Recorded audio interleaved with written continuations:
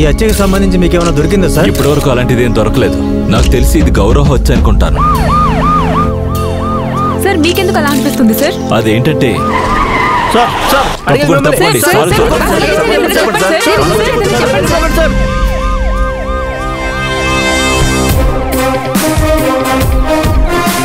Sir రండి sir.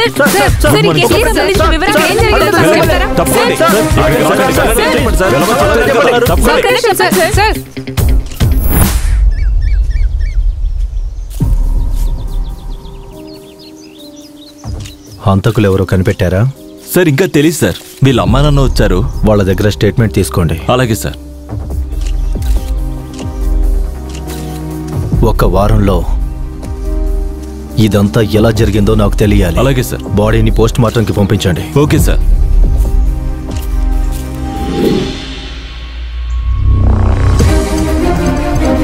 ఇప్పుడు రాబోయేది ఒక బ్రేకింగ్ న్యూస్. సాధారణ ప్రజలు చూస్తేనే చాలా భయపడిపోయే ఒక వీడియోనే మేమిప్పుడు మీకు చూపించబోతున్నాం. ఒక రౌడీ 16 మందిని హత్య చేసిన వీడియోనే ఇప్పుడు మన ఛానల్ కి స్పెషల్ గా దొరికిందనే నేను చెప్పాలి. పోలీసు వాళ్ళు ఈ కేసుని ఆత్మహత్య చేసుకున్నారని కేసుని మూసేసి అందరినీ నమ్మించడానికి చూశారు. కానీ ఇప్పుడు ఆ కేసు ఒక కొత్త మార్పును తీసుకొచ్చింది. ఇప్పుడు మీరే ఆ దారుణమైన వీడియోని చూడండి.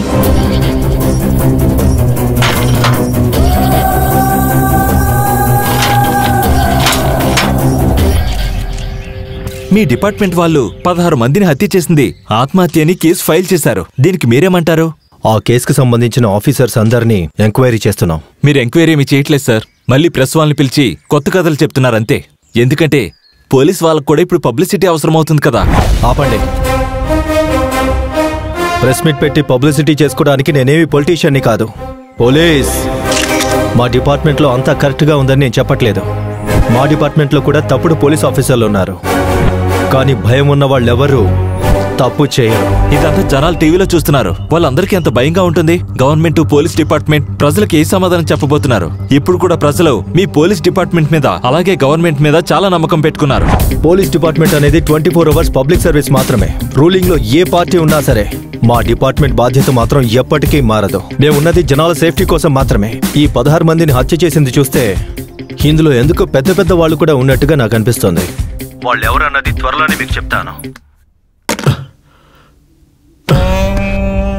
టైం బాగుండకపోతే ఇంటి బయట కూర్చున్న కుక్క కూడా ఊరికే వచ్చి కొడికెళ్ళిపోయిందట. అలా అయిపోయింది నా పరిస్థితి. అసలు ఎవరిచ్చుంటారు ఆ వీడియో క్లిప్స్ ఈ మీడియా వాళ్ళకి? ఈ కేసుని ఆ ఏసీపీ భరత్ హ్యాండిల్ చేస్తున్నాడు. వాడు మామూలుగా ఈ విషయాల్లో వదిలేస్తాడనుకోకండి. తప్పు చేసిన వాళ్ళని అరెస్ట్ చేయకుండా వదలడు. ఇలా చూడండి, దొరికిపోయి నా పరువు ప్రతిష్ట పోవటానికి బదులుగా నేనే వెళ్లి సరెండర్ అయిపోతాను. తప్పులన్నీ ఒప్పేసుకుంటాను. యుద్ధ రంగంలో దిగడానికి ముందే ఓటమిని ఒప్పుకున్నట్టు ఓడిపోయానని శత్రువు దగ్గరికి వెళ్ళి ఎందుకు ఒప్పుకోవాలి? చూద్దాం. వాడితో ఒకసారి దొంగ పోలీస్ ఆట ఆడి చూద్దాం. గెలవబోయేది దొంగ లేక పోలీసా అనేది ఆడి తేల్చుకుందాం. వాడు సాక్ష్యాలు వెతకడానికి ముందు ఆ సాక్ష్యాల్ని లేకుండా చేస్తాను. ఆ టీవీ ఛానల్కి వెళ్ళి ఆ వీడియో ఎవరిచ్చారనేది ముందు కనుక్కుంటాను. వాడి డీటెయిల్స్ నేను తీసుకుంటాను. ముందు ఆ పని చెయ్యి.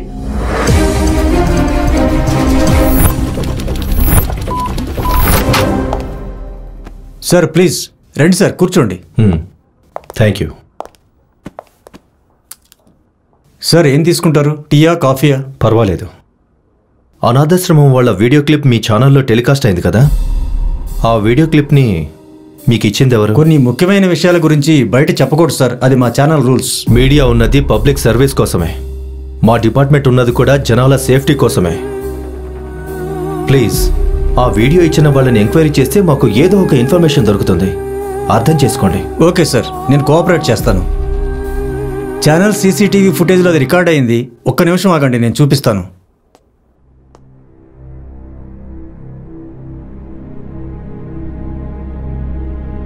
ఈవిడే సార్ వచ్చారు.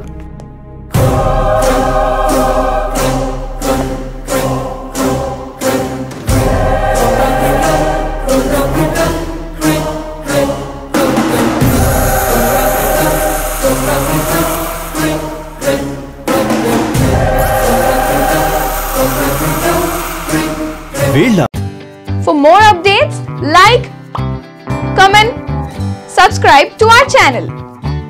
Hey darlings, గంటని click చేయడం మర్చిపోకండి.